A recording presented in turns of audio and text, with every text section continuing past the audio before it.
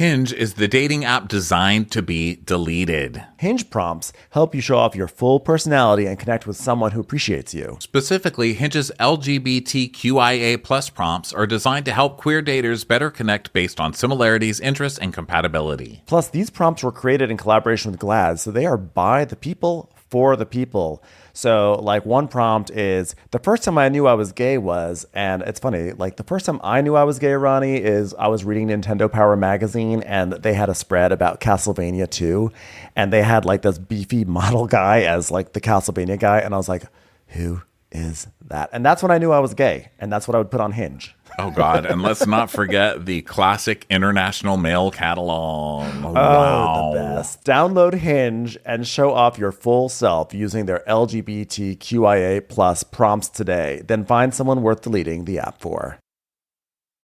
This episode is supported by FX's Clipped, the scandalous story of the 2014 Clippers owner's racist remarks captured on tape and heard around the world. The series charts the tape's impact on a dysfunctional basketball organization striving to win against their reputation as the most cursed team in the league. Starring Lawrence Fishburne, Jackie Weaver, Cleopatra Coleman, and Ed O'Neill. FX's Clipped, streaming June 4th, only on Hulu. Audible offers an incredible selection of audiobooks across every genre. As an Audible member, you can choose one title a month to keep from their entire catalog. The time is now, more than ever, to embrace the breathtaking, sinister, and shocking tales that have enthralled you, especially with brand new exclusive thrillers from best-selling authors who are guaranteed to keep you gripped. Right now, one thing that I'm very interested in taking a listen to is The Daughters of Block Island, which is currently #1 on the mystery, thriller, and suspense list. So that is definitely going into my queue. New members can try Audible free for 30 days. Visit audible.com/crappens or text crappens to 500-500. That's audible.com/crappens or text crappens to 500-500. Watch what cares what happens when there's so much that happens. Watch what happens. Who cares what happens when there's so much that happens?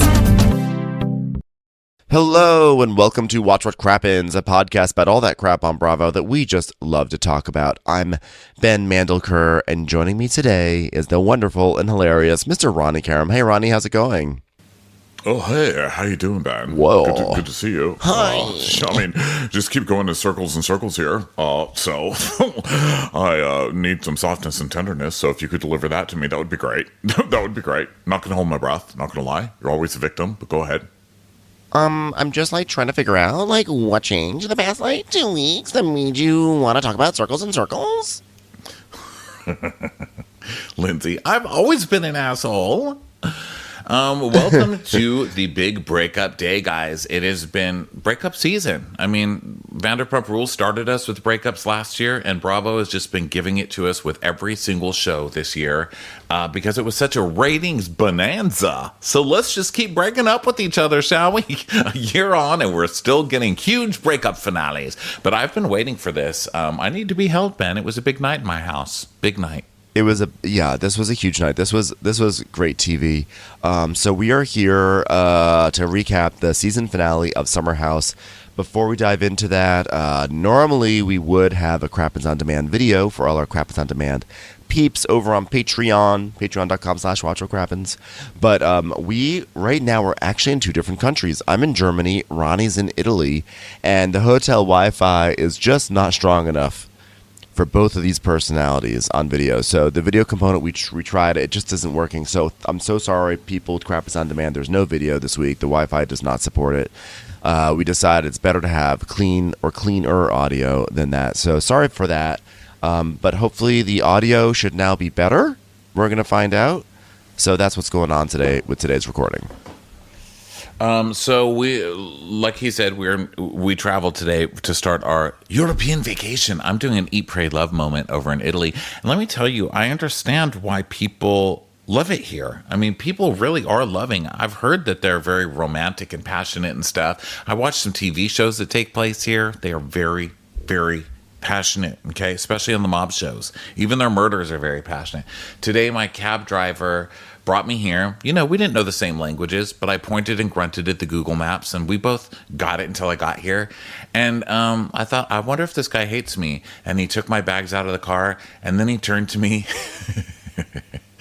when he was leaving outside my hotel, and he was this big, huge, tall guy, and he grabbed my hand with both of his gigantic hands, and he squeezed them really hard, and he pulled me close to him, and he looked me in the eye, and he went, "Thank you," and then got back into his car, and he left. And I was like, that is the most romantic shit that's happened to me literally in years. I almost fell down to the ground and started crying. I was touched. Wow, and you know what? I wound up in an actual fight with drunk Germans on a train today. What happened? So I came here to Germany, and I met up with our friends Michelle and Lauren, who were in Dublin with us. And Michelle is here in Germany with her husband. Her husband's on sabbatical this year, so her husband and her two super sweet, adorable little daughters, who are like 10 and 7. So cute. So I landed in Germany. They picked me up in Cologne. We toured all around Cologne. It was wonderful. And then it was time to hop on the train to go down to Bonn, which is where we're actually all staying. So we get on the train, and I see these two drunkies. It's like a lady who it's like, imagine like everyone's school principal, but like German and drunk. So she's like staggering onto this train along with this guy. So these, like, I don't know, they're probably about like 52 or something like that. Like, way too old to be this drunk in public. I'm sorry. I'm just going to say it. I think that then again, to be fair, I'm like, if you're over 22 and you're this drunk in public, I'm like, stop it. But anyway, they get on.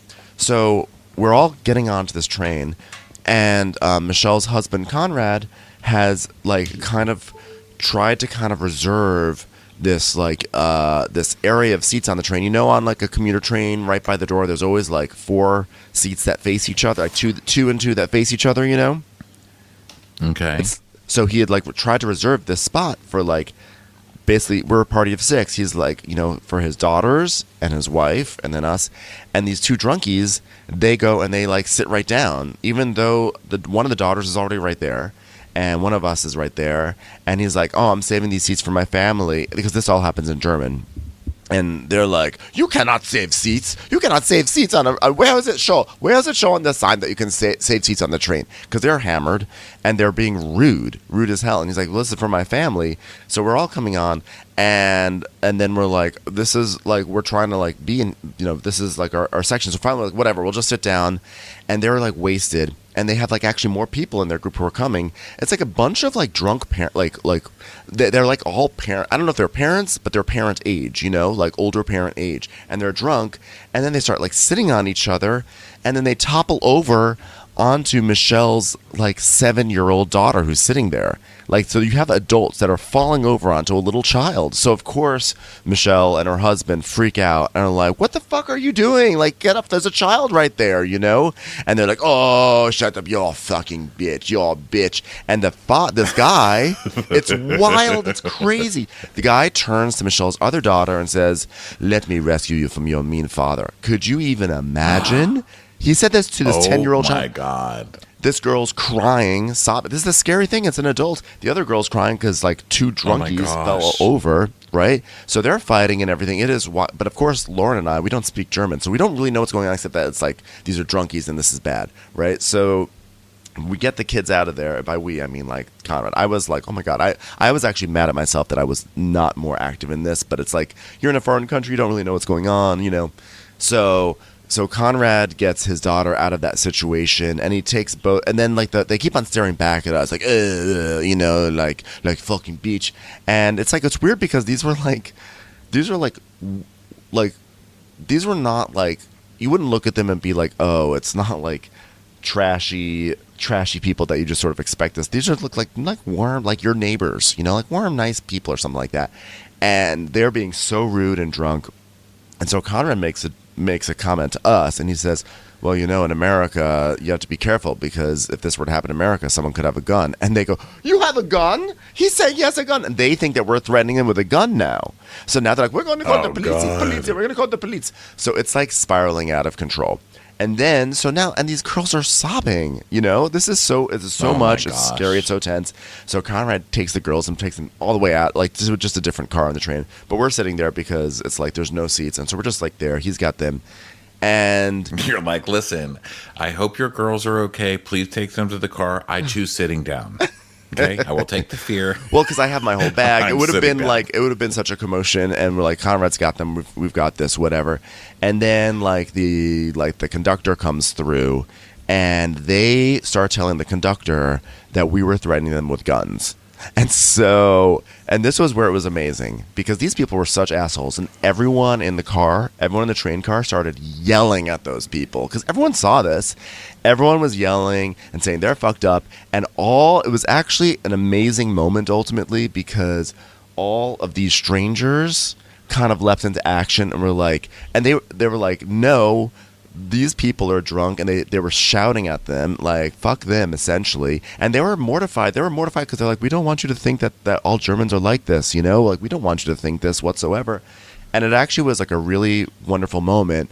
But unfortunately, as adults, we recognize how great of a moment it was. And the conductor apparently said to them, they said, you get off at the next stop or I'm calling the police, which was like, whoa. Like, it was like total justice. It was great.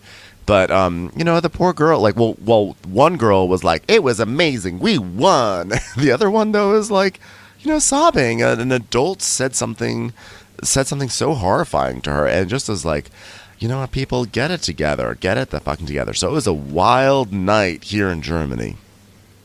Wow, what a way to start it off. I'm sorry. Did I just...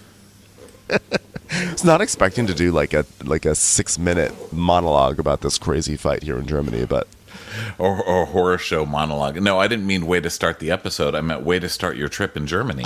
I know. But the people were so nice, and they were just mortified. They were like, please don't think that we are like this. So, Well, damn, I'm glad I chose Italy. Jeez. I'm like having the best time of my life. I ate a pizza. I made a pizza, and some guy looked into my eyes and made me a puddle over a taxi drop-off. So, I don't know.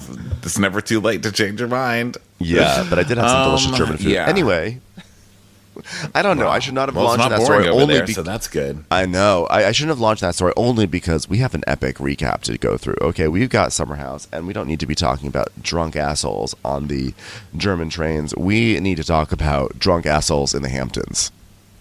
Yeah. Or in this case, sober assholes. We start where we left off last time, which is Carl and Lindsay fighting, because it's always Carl and Lindsay fighting. I mean, look, I'm so glad these two are broken up. I'm so happy. Unfortunately, I don't believe that it's going to last because, I'll believe they'll stay broken up, but they're going to have talk after talk after talk about it because this is not Scandival where you have an Ariana that's like, fuck you, I never want to talk about this again. This is Carl and Lindsay. They will come on here for 10 years and keep talking about this for the rest of their time. They'll be like, hey, you want to have another talk about it? Why did you treat me like that? I trusted you. I've abandoned me. I mean, they're going to be doing this for years, but still, they needed to get broken up. I'm glad to see them broken up. So let's see how it happened. It's a lot, Lindsay. It's a fucking lot. Veins popping out of his forehead in his marching band uniform. His unexplained end of the world marching band uniform. So he's like, you're I'm really doing Music Man after the nuclear apocalypse. You're really, really good at playing victim. You don't give a fuck about my emotions. Carl's saying you're really good about playing victim when he literally ran to his mom and stepdad to be like, oh, she's mean to me. And literally has spent an entire summer saying, I'm just like really overwhelmed. I just went to the monster.com website and they like wanted to know like my social security. And it's like, it's a lot. It's a lot right now I'm going through. Well, unfortunately for Carl, this isn't really going according to the script he's written in his head. And a lot of it's his own fault because he knows Lindsay well enough how to manipulate the situation to get Lindsay to lose her fucking mind and scream, right? And to make her look like the bad guy. And it doesn't take much because Lindsay is the bad guy a lot of the time. So it's not hard to make her look like the bad guy. But unfortunately, he's also kind of made her go to therapy.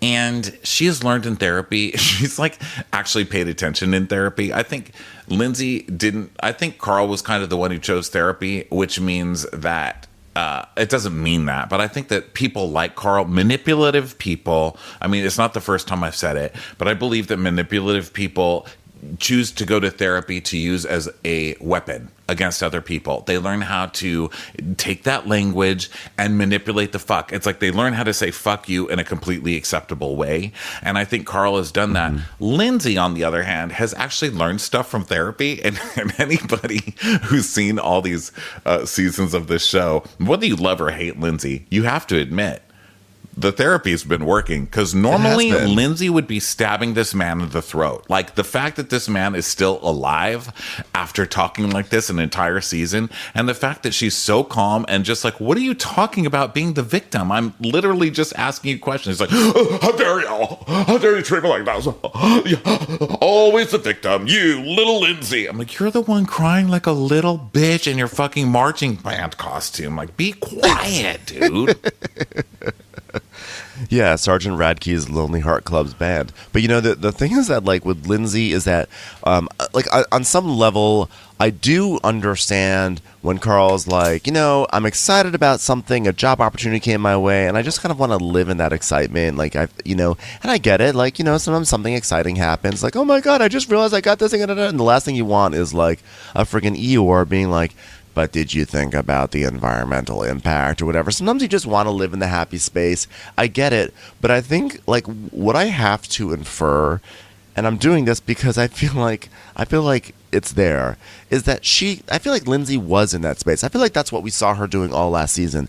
But at a certain point, you can only cheerlead blindly for so long before you're like, oh, great, it's another thing I have to cheerlead that's not going to go anywhere. I think I'm done doing this. I think I want to start asking some harder questions, because otherwise I'm just cheering on his own inactivity. Well, I think wanting some recognition for something that you did is valid. You know, I think being like, hey, look, I've come up with this thing. I'm super excited about pursuing this thing. I'm really into it, and I just want your support instead of your negativity. But he hasn't done that. I mean, Carl is like the ultimate in wanting a participation trophy. You know what I mean? He's like done nothing. What have you done, dude? And he's going to list it in just a minute. So we'll get to hear what his idea of having done something is.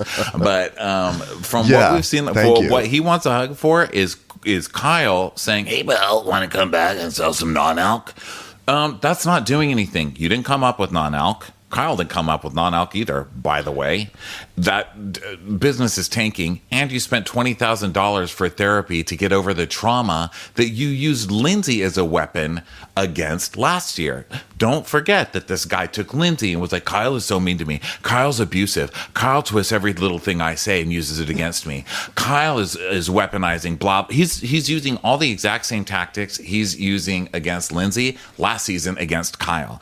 And then they spend all this money, and he goes to therapy so that he can get over the trauma. And then, after coming up with nothing to do after a whole fucking year, he's offered the simplest road out and says yes. And then he wants a fucking fireworks show. Fuck out of here. Yeah, get the fuck out of here. So Lynn's like, I'm just asking questions. And are they harsh questions? Yes, but she's asking them. So she's like, you know what? I'm going to enjoy this party. They're not. What's harsh about no. saying, the questions are not harsh. How much is she making? You know, like, I will say this, like, her tone is definitely like, her tone is like, oh, you know what, did you ask about this? Because you should probably ask about that. Her tone is like, did you ask about this? Like, one could say that it's nagging, but I'm actually not going to say that, because I feel like that has sexist undertones, and the truth is we never question men's tones when they ask questions like this. So I feel like, that's what Carl is getting at. It's like, your tone, I don't like your tone when you speak to me, but the truth is this: men don't get clocked on that, and women do get clocked on their tone. And so, well, I'm not even going, and I understand what you're saying. I'm not disagreeing with it, but I'm not even going with the sexism thing. I'm going with the flat out, she's not nagging you.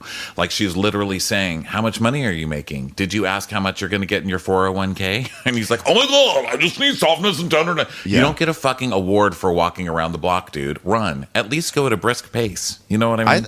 I think when he says, I need softness and tenderness, I think on some level he is trying to, in a very a very PC way, try to say, stop nagging me, stop being a nag. I think that's kind of at the core of it to some degree.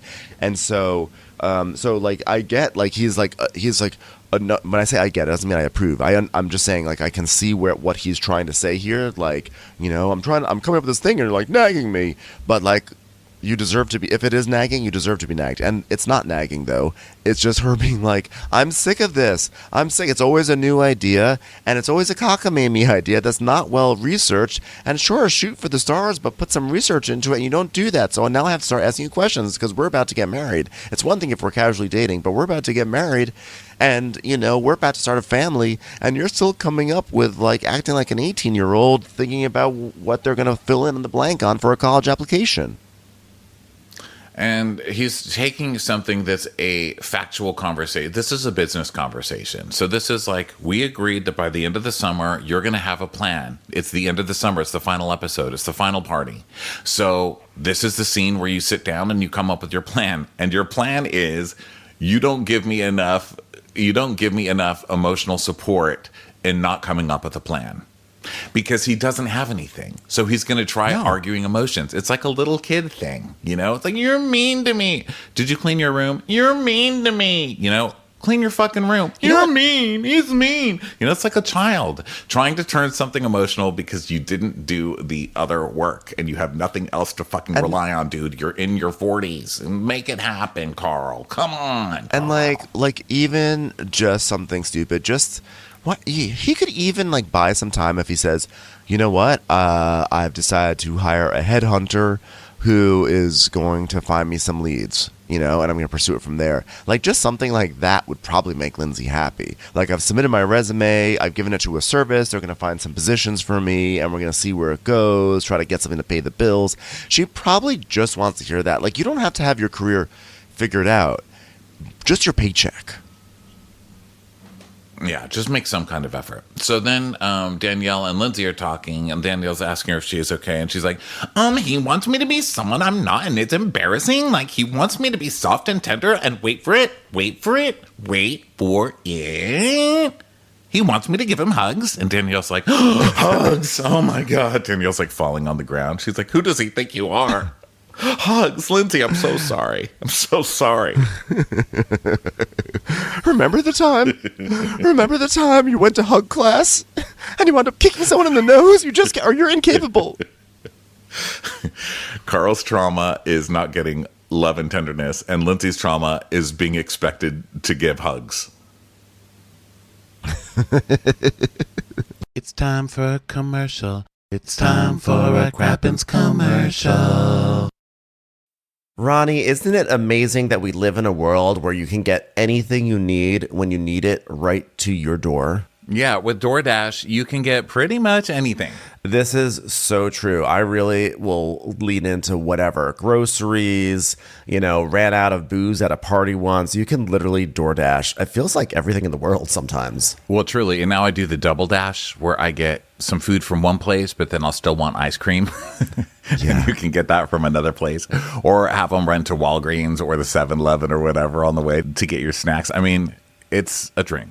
DoorDash, your door to more. Download the DoorDash app now to get almost anything delivered. Must be 21 plus to order alcohol. Drink responsibly. Alcohol available only in select markets. Planning a party, honoring a recent grad, maybe it's a birthday or an anniversary, whatever you're celebrating, Whole Foods Market has what you need to make the party pop. I mean, if there's anyone, you used to live across from a Whole Foods, Ronnie, Oh my and God. I remember you were always talking about you would just grab this to-go salad, right? Whole Foods was my kitchen and still is. I'm right by one now. I love Whole Foods. Let me just say their mac and cheese is some of the best in the world. I love their mac and cheese. Any Whole Foods location you go to, that mac and cheese is Stella.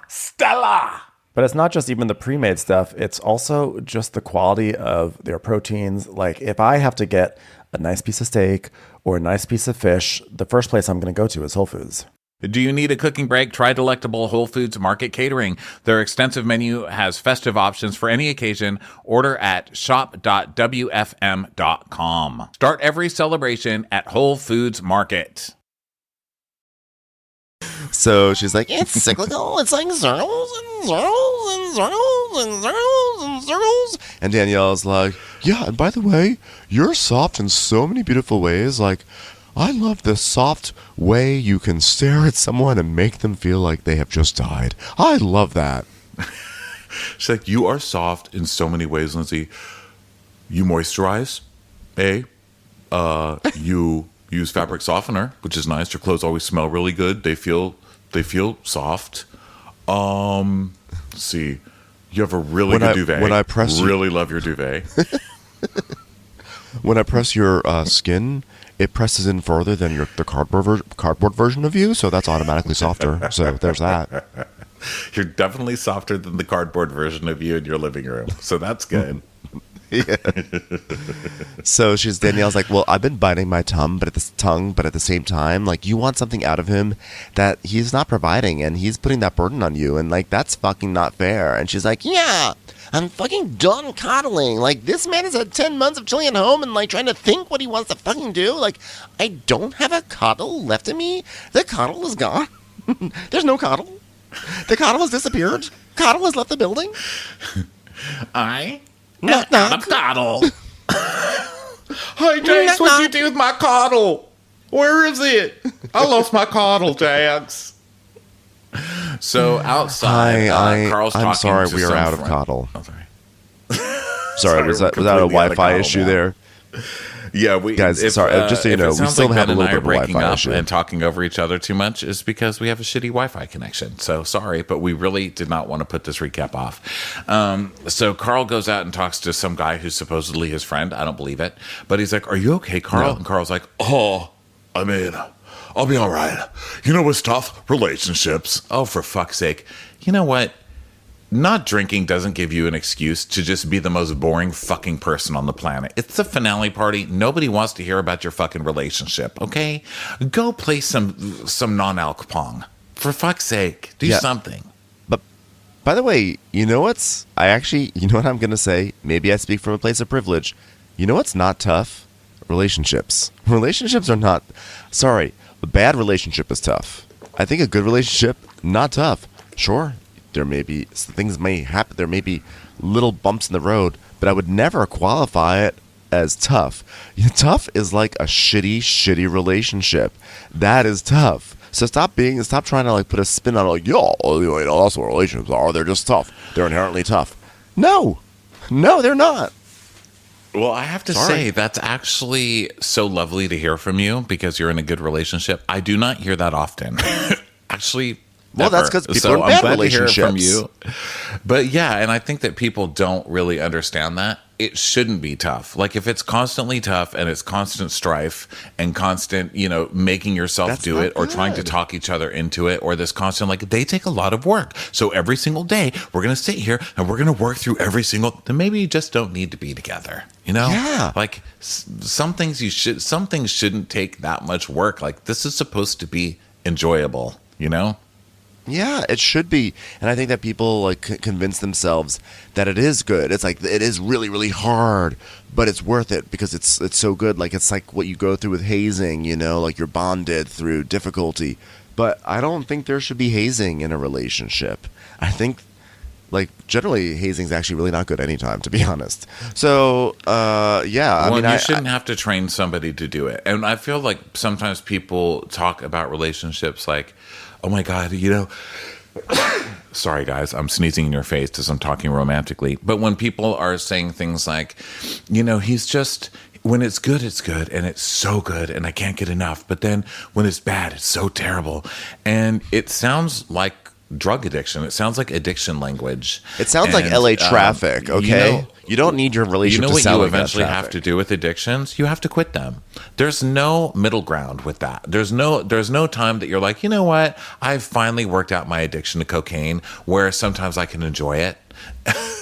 And then other times I'm just happy having it in my drawer. That's just not how it works. You know what I mean? So if you're in a relationship like that, don't be in it. Run. Yeah. And also stay out of LA traffic. Relationships take work in the sense that, like, you have to think of someone else, and like that inherently is work, right? But it shouldn't be hard work.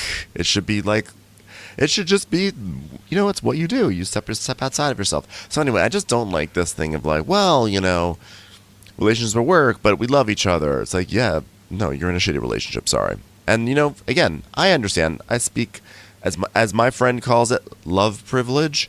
But like, that being said, like, if the alternative is like Carl and Lindsay, well then, by gosh, So, meanwhile, Jesse's flirting with a girl, and he's talking about how now that he's cancer-free, he can do things like make plans and know that he can do them. So, I guess in the case of Jesse, he can make plans to see someone and then never see them again, and know that he'll never have to see them again, because now he can go back to doing that. Jesse has this certain charm about, well, first of all, he's got tall privilege, so let's never forget that. He's really good looking. He's got a huge smile. He's got a Pez dispenser as a face. I mean, the man has a smile ear to ear. He's very cute and charming, etc., etc. He's really a slime ball whenever they show him talking to women, don't you think? I like him. I like him in his confessionals, and I like him on the show. But whenever they show him talking to one of these randos at a party, he's so gross. Like this one, he's like, "What are you, like 2 feet tall? I'm gonna sit down just so I can be more on your level. Like I'm closer to you sitting like this than I am standing up there. It's crazy. Bah, God damn, you're short." And then the last one, he's like, "Show me your boobs." Yeah. And then, like, another girl walks up to him while he's actively flirting on the first girl, because the second girl was someone he was flirting with earlier. Like, he's going to, like, he is going to get a bad at it. Maybe next season, the season after, but, like, the other shoe is going to drop. Okay?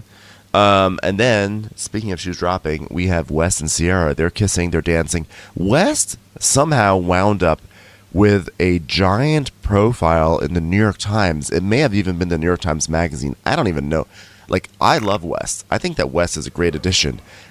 The New York Times is so. I do not trust West. Still, yeah, and the New York. Sorry, I just had to. Get I just that don't in know there. how I just don't know how this happened. This is wild that West wound up in the New York Times. New York Times is usually behind on these things, but sometimes they do profile the things that we love. But it was so bizarre. I was like, "Is this real? Was this Photoshop?" And it's like, no, West was really in the New York Times, profiled for just being West. Wild. Yeah, well, The Wild Wild West. There you go. So there, he's kissing with. What it is? Did you read it? I haven't read it. I started reading some of it, and it was literally. It was just like, look at this guy, he's great. It was just that. It was basically like Bravo was like, hey, the Summer House finale's coming up. Let's place this story in the New York Times to promote it. So so West and Sierra thanks are for kissing. reading the New York Times. Television show has cast a handsome, charming person. Okay, well, 10 pages on that coming up. Be sure to pay for your subscription. Okay, I mean, it hard is hitting news. New York Times. It is kind of noteworthy that the show took 8 years to cast a memorable male, right? since the initial cast of Kyle and Carl, right? There's not been a single memorable male in 8 years. They got 2 this year. That is true. Okay, so then we go over to Carl. So Carl's just upset, and he's moping, and he's stomping all around the house, and nobody's giving him attention, and running to him and saying, "Hey, Carl, what's wrong, Carl? What's wrong, Carl? Carl, because you're fucking moping every goddamn weekend, okay?" So he's like, I just don't bounce back like Lindsay does. I mean, look at Lindsay. She's just partying now, drinking the night away, no problem. oh God, so now here we go, Carl. Lindsay gets to drink, and I don't get to drink. Lindsay's a damn alcoholic, but I have to sit here with my emotions. Carl, you're like Drew Barrymore getting mad that there's fires all over around you. Stop starting the fires, Drew Barrymore. Stop starting the fires, ma'am. Well, also, like, you can't do this whole thing of, like, oh, Lindsay bounces back. Like, the implication is that, like, she just doesn't care enough like I do. She just bounces back, but it sits with me. But then you can't tell a story later in the episode about how Lindsay was sitting with this with so much anger that she shattered a bunch of water bottles in the backseat of your Kia. So is it that she holds on to things for too long? Or is that she doesn't hold on to them enough? What is it? So meanwhile, and by the way, this is like the best. Literally, he's like, she never holds on to things. That's why she spills glass all over my backseat.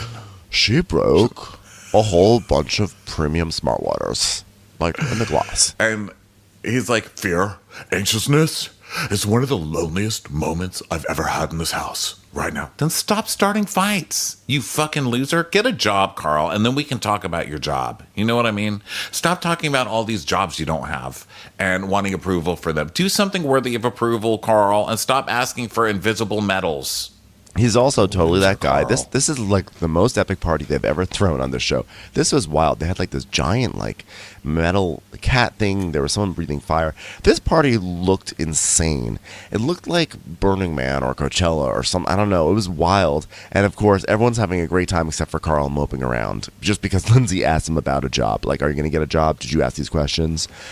So he's moping around, little ringmaster lost from the circus, and everyone else is having a great time. And Paige and Sierra and Amanda are talking. They're just like really proud of West for throwing a great party, and they're like, they are so impressed by this party that Amanda's like, yeah, I decided to be nice to his friends because I think that Wes is gonna be around. I think like we finally have a guy who's gonna be on this show for more than one season. So I'm gonna make an effort with his friends. Yeah, I wouldn't waste your time. This guy's just like sitting there waiting for all the hot girls that are going to be coming onto him in the bar. I said it in episode 3, and I stand by it.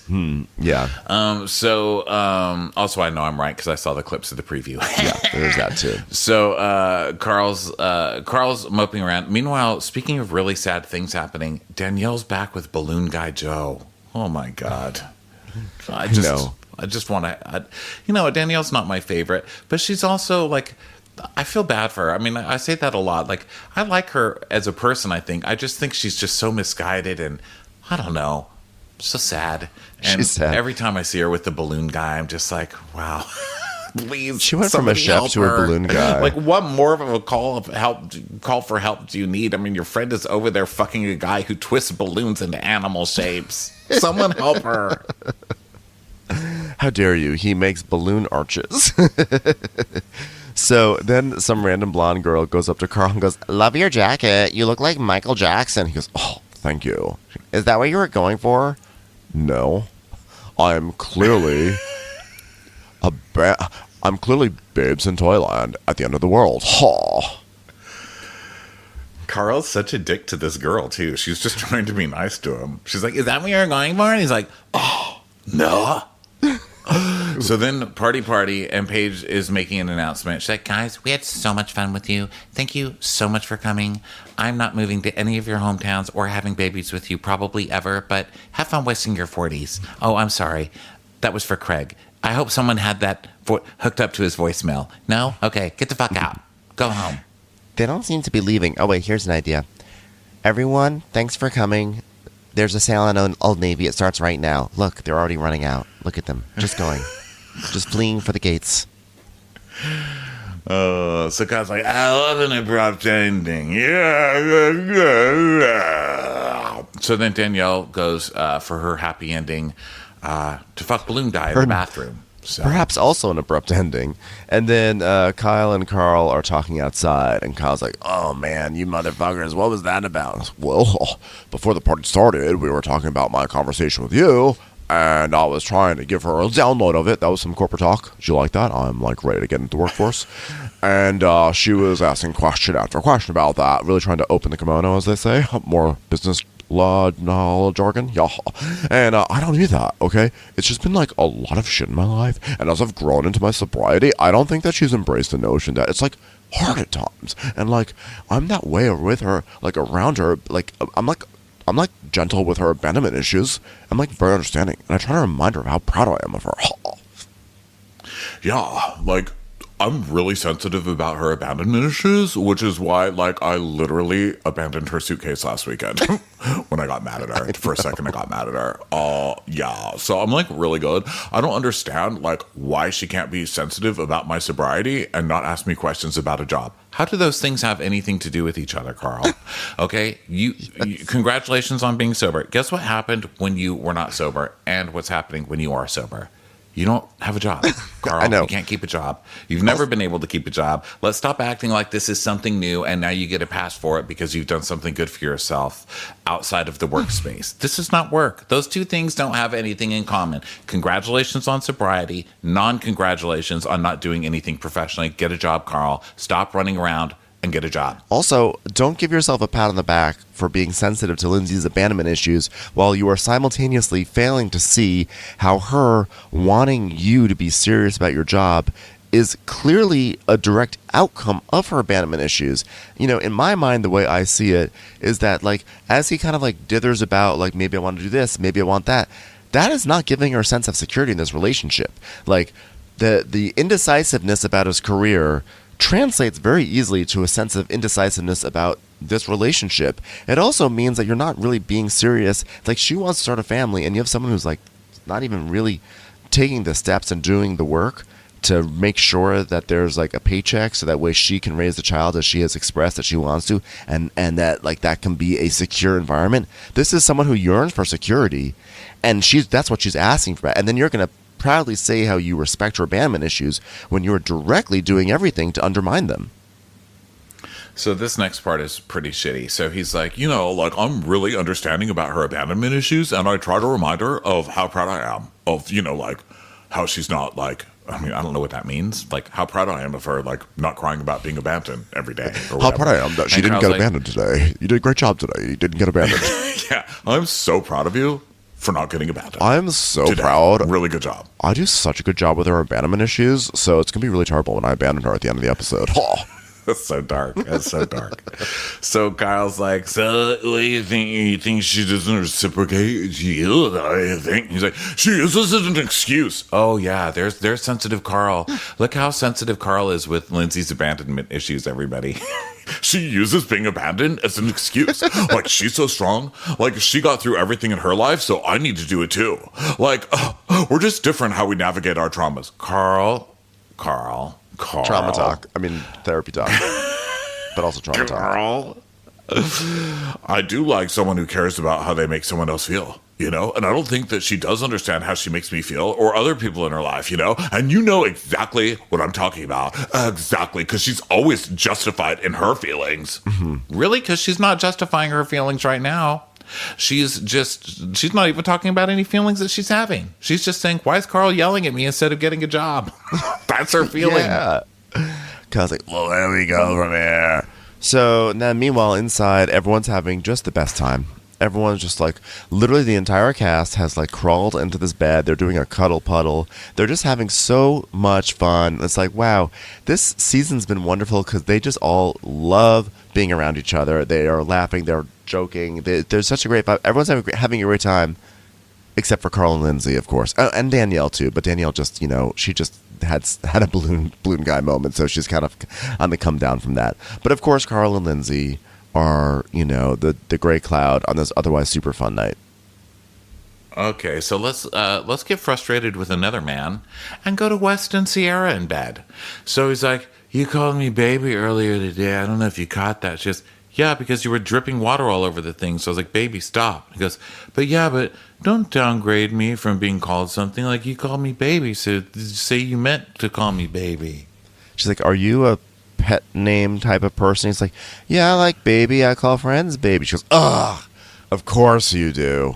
He's like, it's weird though. Like, I mean, if I said love you downstairs, people would be like, wait, what? But if I said to Kyle, like, no one would like blink. It's just like, that's just like a real thing. It's like not bad. Yeah, he's like, what? I mean, I just don't get it. Like, if I said I love you to you, people would freak out, but I can say I love you to Kyle. She's like, yeah. She's like, yeah, but it's called intention. Yeah. Yeah. She's like, if you act like nothing's a big deal, so I can't really figure out what is significant to you, because nothing's a big deal. So, like, it's not a big deal to meet your family. It's not a big deal for you to say I love you. It's not a big deal to use a pet name or say baby. And he's like, wait, but aren't I saying that it is a big deal by saying that it's not a big deal? Oh, my God. Did they just find this fucking non-committal piece of shit at the same school they found everybody else at? Like, do they have an audition for emotionally fucked, unstable Peter Pans on this network? How do they find so many?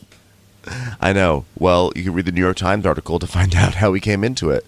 So Sierra's just having a great season. I feel like something has happened with Sierra. I don't know if it's that she's come out of her shell or she's sort of like not grown up. That makes it seem like she was immature, but she's sort of become wiser, or maybe both. But I love how she's really seeing this situation so clearly. And she's like, yeah, but like you're saying I call my friends that, so it's no big deal. So why wouldn't I call you that? She's basically saying you are just you're making me not feel like I like this is anything serious. You're just a fuckboy. I'm seeing that you're just a fuckboy right now. Yeah. Commercials. Here comes one right now. The third host of this show is named Bueller. Okay, that's my dog. I love that dog, and I would do anything for him. And today's episode is sponsored by the ASPCA Pet Health Insurance Program. In today's world, we insure a lot, from cars and homes to cell phones and even travel plans. But what about insurance for your cat or dog? With ASPCA Pet Health Insurance, you can focus on the care your pet deserves and cover what matters most. The ASPCA Pet Health Insurance Program offers customizable accident and illness plans, making it easier for pet parents like you to help your pet get the care they may need. The ASPCA Pet Health Insurance Program has been around for over 18 years, and they've helped more than 600,000 pets during that time. They allow you to customize your plan, helping ensure that your pet's plan is unique as they are. Because vet bills can really add up, especially when you're least expecting it. It's simple. Use their app to submit a claim, and you'll receive reimbursement for eligible vet bills directly into your bank account. To explore coverage, visit aspcapetinsurance.com/crappins. That's aspcapetinsurance.com/crappins. Again, that's aspcapetinsurance.com/crappins. This is a paid advertisement. Insurance is underwritten by either Independence American Insurance Company or United States Fire Insurance Company and produced by PTZ Insurance Agency Limited. The ASPCA is not an insurer and is not engaged in the business of insurance. So then Carl and Lindsay get into bed, and Lindsay he just keeps looking over at Lindsay, and it looks like she's staring off into space, but I can't tell if she's asleep because it's in the dark cam. That's how she sleeps. I'm sure this is how they always go to bed, with one of them pissed off. Like, they don't believe in that. Don't go to bed angry. They're always going to bed angry. Yeah. Please break up. Please. They also, Please. they also love waking up angry, and they wake up, and of course this is their conversation. Morning. How'd you sleep? Good. It's like, okay, you guys are doing great. Doing great, guys. I know this is temporary. Sorry, I was taking a big, huge gulp of water. Yeah, she's like, I know it's temporary, and we're not always going to be planning a wedding, and Carl's not always going to be without a job, Okay, stop right there. Yes, he is. Carl is literally always going to be without a job. You can pretty much put your money on that. And the ebbs and flows of how a partnership works, I'm aware of, and I'm patient, but it's also exhausting. I wouldn't call Lindsay patient, but that's, but that's okay. She's more patient than she would have been, 5 seasons ago. So anyway, there's some talk about Wes being excited that football season's starting, and he has these visions of watching it with Sierra and his pals and watching the Chiefs. And then everyone gathers to have fun in the pool because they're having fun. They love each other. Fun. This is a time for fun, except for Lindsay and Carl. So Lindsay's in the kitchen. Lindsay is rage cleaning. She is pouring out cans and just scowling and angry. And she's like, "This place is a disaster." And Carl, even this drove me nuts right here when he said this. She's like, "This place is a disaster." And he goes, "Yeah, but it's been worse though before." So I'm like, can you just he does nothing to help her, by the way. Yeah, nothing. He just sits there and watches her. He's like, "Oh, what are you complaining about? It's been worse." So I'm like, this guy can't even let her have a messy kitchen moment. A declaration of messiness. Because it's Carl. Carl is going to do whatever he can to get the reaction from Lindsay that he's been trying to get all weekend, because it's a finale party, and if he's going to break up with her, he's going to need a huge reaction from Lindsay. So no matter what happens, Lindsay starts it okay. She doesn't start a fight in bed, so then she comes and starts cleaning up, and he's still going to just sit there, watch her clean, not help her at all, criticize her, and then start poking her. This guy's such a piece of shit. So she's like, "How was your run?" And he's like, oh, much needed. So much needed. I listened to a song called Softness and Tenderness on loop, and really helped. So it's a really good song, actually. Elvis Presley played that over and over again. Love me tender, love me true. Why is Lindsay making me blue constantly all the time? Guess what that song doesn't have in it? Questions. Okay, not one question. Tender love. So then Carl's like, "So, are you thinking about going to Montauk? Because, there's a band called Arizona there, and I want to go see Montauk, and, I don't know, I want to go to Montauk." She's like, "Personally, I don't want to go to Montauk. It's, not really in the cards for me." And he's like, "Yeah. Well, yesterday was not great, and I tried to share how I'm feeling emotionally about this queer stuff and some things that I've been hoping and feeling I could get, and I feel like it just gets turned around on me. After our conversation yesterday, I, could not snap out of it. After you were did you get a job yet? And I was like, stop saying the J word. It's too much. I'm overwhelmed right now. It's like it was turned around on me. And he's like, yeah, I couldn't snap out of it. And she says, I could tell, Carl, because you literally walked around the party. Like, she didn't say anything, but Carl literally stomped around that party from person to person, huffing and puffing. I know. She's like, yeah, Carl, I could tell. And he's like, that's probably the worst time I've ever had in the history of going to a party. Oh, we'll be... Really? Because I can name like 5 that were worse. I know. Thanks, Carl. We'll be sure to alert the Guinness Book of World Records. Worst time ever in the history of parties. So no one made you a banner for getting offered the easiest fucking gig in the world by the person you just accused of being an emotional terrorist to you last year. Okay. She's like, well, what you're looking for in the discussion surrounding your career is just like not realistic. I ask a lot of follow-up questions based off of the nature of who I am as a person, who I have always been as a person. Please, here are a box set of DVDs of seasons 1 through 7. And she's like, and you say you don't want to hear my advice or questions. And he's like, well, I do, but I want something different. And I need something different than the coaching and the questioning. Okay, I do not like coaching. I need to get that down right now because I'm going to prove how much I hate coaching the rest of this episode. You got it? And I don't like questioning. I don't want that in my wife or fiance. I don't want that. And I don't think I signed up for that. So don't do that. All right? Now, I hate questioning. I hate coaching. So let me coach you how to talk to me for the rest of this scene. Yeah, so just in summary, what I'm trying to say is I'm sensitive about your abandonment issues, but I would also like to say in this process, I would like to abandon you and figure it out myself. Thank you. So she's like, that's rude, Carl. That is very rude. And I'm just pointing out that you're being very rude. And he goes, oh, okay. Oh, thanks. But my intention is not to be rude. It's to poke at you and make you yell while you're cleaning up and I'm sitting here. She's like, okay, then please don't make little digs like that. But Lindsay, I want to love her. I want intimacy. A partner is about caring. A partner cares about how I feel. And you need to really make me feel better because I do that for you. By the way, I hate coaching. So let me just tell you how to be a partner. You need to make me feel better because that's what partners do. It's like, okay, so now you're the partner coach. We're not doing that again. Those are fighting words, and if you talk to me in that tone anymore... You're making fighting words. I have already pulled... You're making fighting words. You are. Carl, you are. I have already pulled this selecta-size paper towel out to eat selecta sizes. She did too. She was like, did you notice she had like the roll like in the right? She was at like Jesus on the cross with a roll on one side and 7 squares across the way. She was like, I'm staying calm right now, but I'm killing 97 trees. She was selecting squares. I mean, you have never seen someone select a size on a paper towel the way Lindsay was when she was rage selecting a size.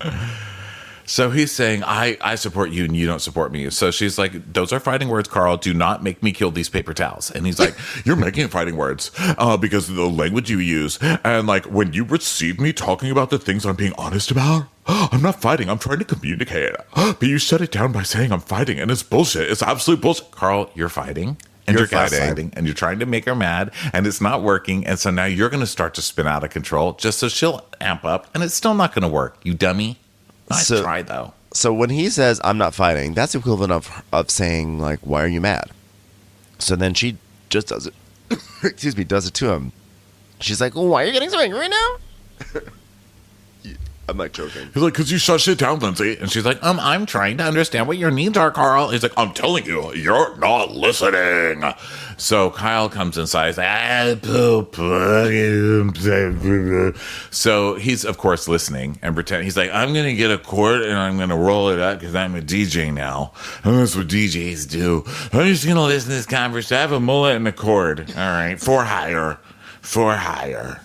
I'm choking over here. You have to keep on talking. I've got to get a cough drop. Excuse me. Okay. So Carl and Lindsay continue fighting while little Mullet just kind of like hovers with a cord. And Carl's like, oh, Lindsay, do you trust that I'm going to figure this career thing out on my own? She goes, of course I do. Do you trust the longevity of my opportunities as a career person and what I could bring for my family? Do you trust that I can be successful? Carl, Why Do would I she? believe in the Tooth Fairy? Do I believe in fucking Santa Claus? No, Carl, because people keep telling me they're there, but there's literally no proof. There's only so long that I'm going to get one single fucking quarter under my pillow before I'm like, who is this bitch? And why isn't she giving me a raise? And why does every fucking quarter smell like menthol cigarettes and Franzia and have a tiny little bit of a lipstick smear? Because it's my mother, Carl. Okay, it's my mother who's the Tooth Fairy. You haven't done anything, Carl. You haven't done anything to instill this belief into anybody else. It's not a religion. Yeah. If someone who has been fired from like a job after job after job comes up to me and then it's like, do you believe that I can just like be successful at anything I do? I'd be like, you could be successful, but we have to see you sort of like, we have to see what, you know, professional Carl looks like. Okay. You can't just like say you're going to be successful just blindly.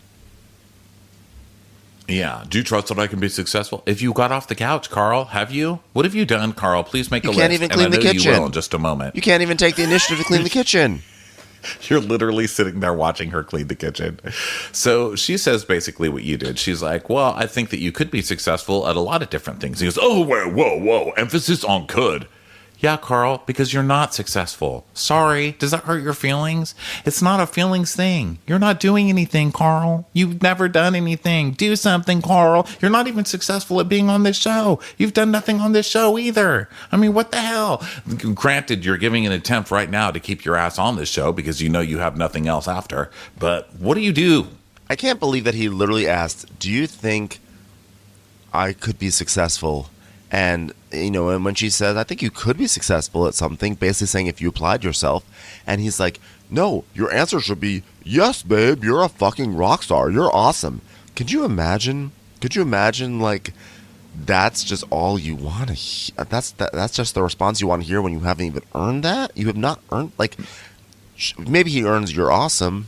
Like, you know, you want your fiance to say you're awesome, but, like, you just can't get it just because you've decided you want it. Like, just because you decided to write a resume doesn't mean that you are all of a sudden entitled to, like, being participation trophy. Yeah. That's what he wants. He wants a fucking wall of ribbons for just showing up. And you're not even showing up, Carl.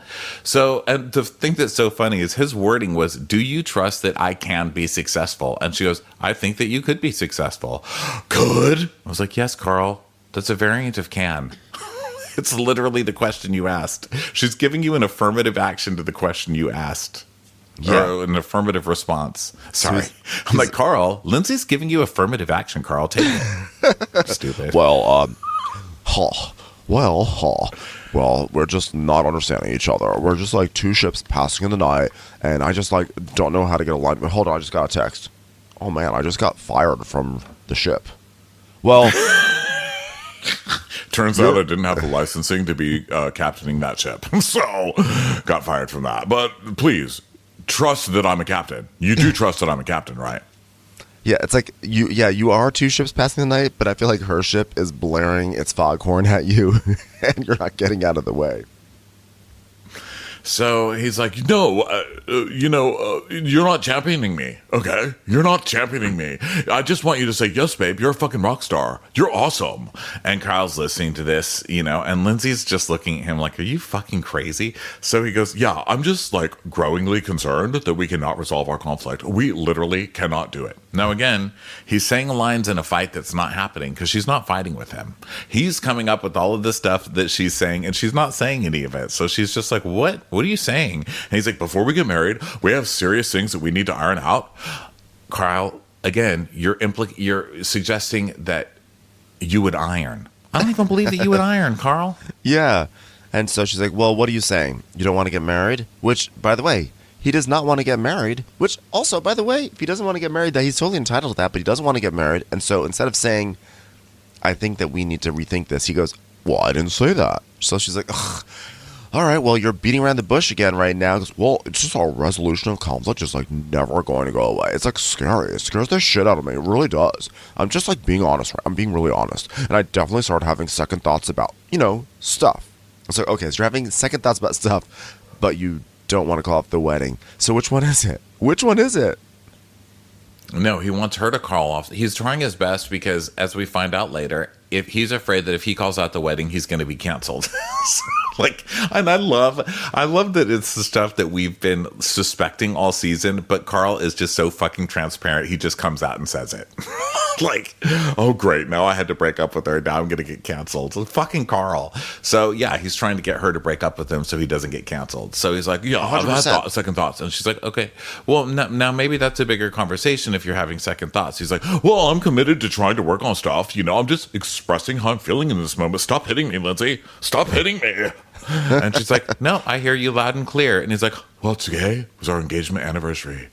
It feels off how we're dealing with this, you know? That was a year ago where we had People magazine hiding in a bush and we were pretending that we were shocked when you gave me that ring that you purchased with all your own money. That was amazing. And then we get a flashback. Ha, Lindsay, Dale, Hubbard, ha. Will you marry me?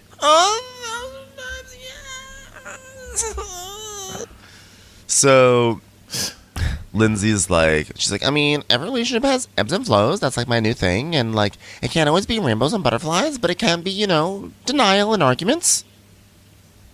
And he's like, when we're good, we're amazing.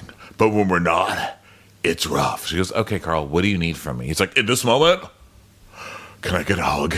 She goes, no, not in this moment, in general. He's like, oh, I'm crying right now, though. She goes, in general, Carl. I just want a hug right now, if that's okay. I'm very sensitive, man. Is the camera getting this? Because I'm like literally crying right now. I would lose my mind. She's like, a hug. Don't try to like just patch this up with a Band-Aid. So she's like, okay. So she comes over to hug him soullessly. She sort of like has her head against his chest, looking at the kitchen counter, looking at all the cans she still has to clean. Harder. Hug me harder. Squeeze me. Squeeze me, please. Squeeze me. So hug me harder. Squeeze me, please. One more squeeze. Please. Harder. One more Put your weight on me. Harder. I hate coaching. Squeeze by the way. me with your weight. You're hugging wrong. All right, here's how you here's how you need to hug me. I hate coaching. All right, put your arms around me. Then squeeze. Do it harder. You can do it. 1, 2, 3, 4. I don't want any more hugs from you. Harder hugs from you. Okay, damn it. I hate coaching so much. That was a terrible hug. All right, we're gonna work on that next week. All right. In the meantime, give me 5 laps. This was so incredibly awkward. This hug, where it's awkward enough that he's saying, "Squeeze me, sweet please, one more squeeze, harder, excuse me," and she's literally staring, so miserable. I mean, it was so cringeworthy. Yeah, he's like, you used to like my hugs. And she's like, man, she like lets out remember this how laugh. you were like, remember how that time you told me if hugs were a job, you'd be like great at that. So like, basically, I've got a career in hugging right now, and I just need your support in that. You know what I was thinking, Lindsay? You know that guy at farmers markets who has a sign that says free hugs? What about hugs for $1? I mean, it's $1 million business idea right there. So now the party's over, so people are clean, or it's the next day, sorry. The party's been over. Yeah. Sorry guys, I got lost there. So they're cleaning up the backyard, and Paige was like, wow, we really go through a fuck ton of Loverboy. Does anybody drink this? Because it's literally disgusting.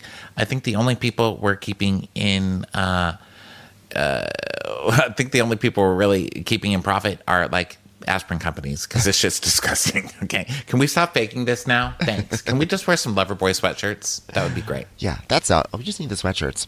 So then Paige is talking to Jesse, seeing if he had a fun summer, and he's talking about how like normally he does share houses with just boys, but this time it was with girls. It's been really cool. It's top-notch summer. Yay. So now everyone's packing to go get in their cars to go to Montauk, and Danielle checks in on Lindsay. And she's like, well, once again, just got my ass handed to me by Carl, just talking in circles and circles and circles and circles. And then he gets defensive, and then he starts slinging insults, and then he's like, oh, we have a lot to think about. And I'm like, what? So she's like, and that's why we went to couples therapy, and there's nothing new, Carl, and I have been working really hard on my tone and delivery and reactiveness and not getting activated. And that's true. We've seen that, because right now, Carl would have a bloody face. I'm telling you.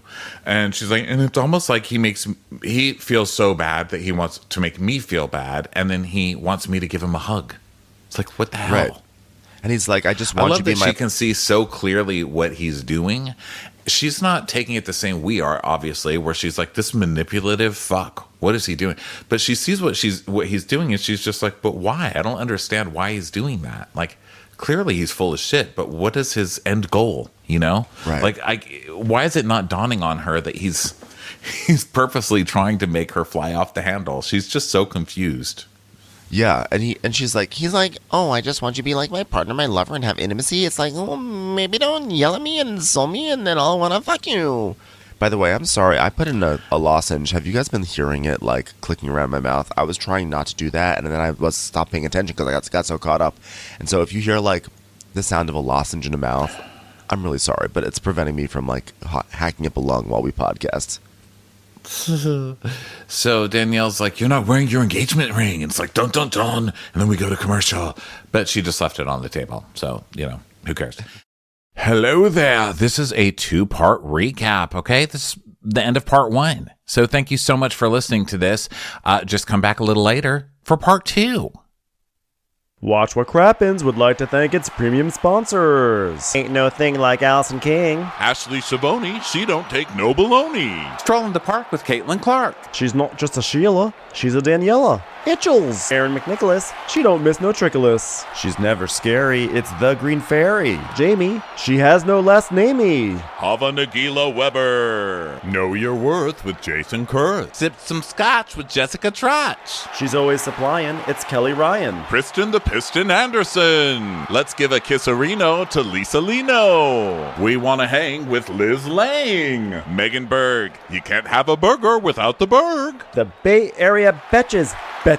And our super premium sponsors. Somebody get us 10 cc's of Betsy MD. We're taking the gold with Brenda Silva. Let's get real with Caitlin O'Neill. Don't get salty with Christine Pepper. Can't have a meal without the Emily Sides. We forever love Ava. Nobody holds a candle to Jamie Kendall. We got our wish, it's Jen Plish. She's not harsh, she's Jill Hirsch. She's a little bit loony. Junie. My favorite Murdo, Karen McMurdo. We love him madly, it's Kyle Pod Shadley. Let's go on a bender with Lauren Fender. The incredible edible Matthews sisters. Give him hell, Miss Noel. Ring that bell for Rachel. She's the queen bee, it's Sarah Lemke. Shannon, out of a cannon, Anthony. Let's take off with Tamla Plain. She ain't no shrinking Violet Kuchar. We love you guys. Hey, Prime members, you can listen to Watch What Crappens ad-free on Amazon Music. Download the Amazon Music app today. Or you can listen ad-free with Wondery Plus in Apple Podcasts. Before you go, tell us about yourself by completing a short survey at Wondery.com/survey. I'm Elena, an autopsy technician. And I'm Ash, a hairstylist. And we just love swapping stories about all of the morbid things that fascinate us. And if you do too, join us on our podcast, Morbid. It's a safe space to let your weirdo flag fly. On Morbid, we cover dark historical events, sinister science, unnerving paranormal events, and sordid high society murders. We also dive deep into the most notorious crimes in history. Our podcast is grounded in rigorous and painstaking research. We're also not afraid to read a Yeah. We keep it weird because a dash of snark is necessary to get through grotesque true tales of demented minds. So follow Morbid on the Wondery app or wherever you get your podcasts. You can listen to Morbid early and ad-free right now by joining Wondery Plus. I'm Shimol Yai, and I have a new podcast called The Competition. Every year, 50 high school senior girls compete in a massive scholarship competition. I wouldn't say I have an ego problem, but I'm extremely competitive. All of the competitors are used to being the best and the brightest, and they're all vying for a huge cash prize. This will probably be the most intense thing you've ever gone through in your life. I remember that feeling because I was one of them. I lost. But now, I'm coming back as a judge and also a kind of teen girl anthropologist. Because if you want to understand what it's like to be a young woman in America today, the competition's not a bad place to start. Hopefully, no one will die on stage tonight. From Pineapple Street Studios and Wondery, this is The Competition. Follow The Competition on the Wondery app or wherever you get your podcasts. You can listen to The Competition early and ad-free right now by joining Wondery Plus.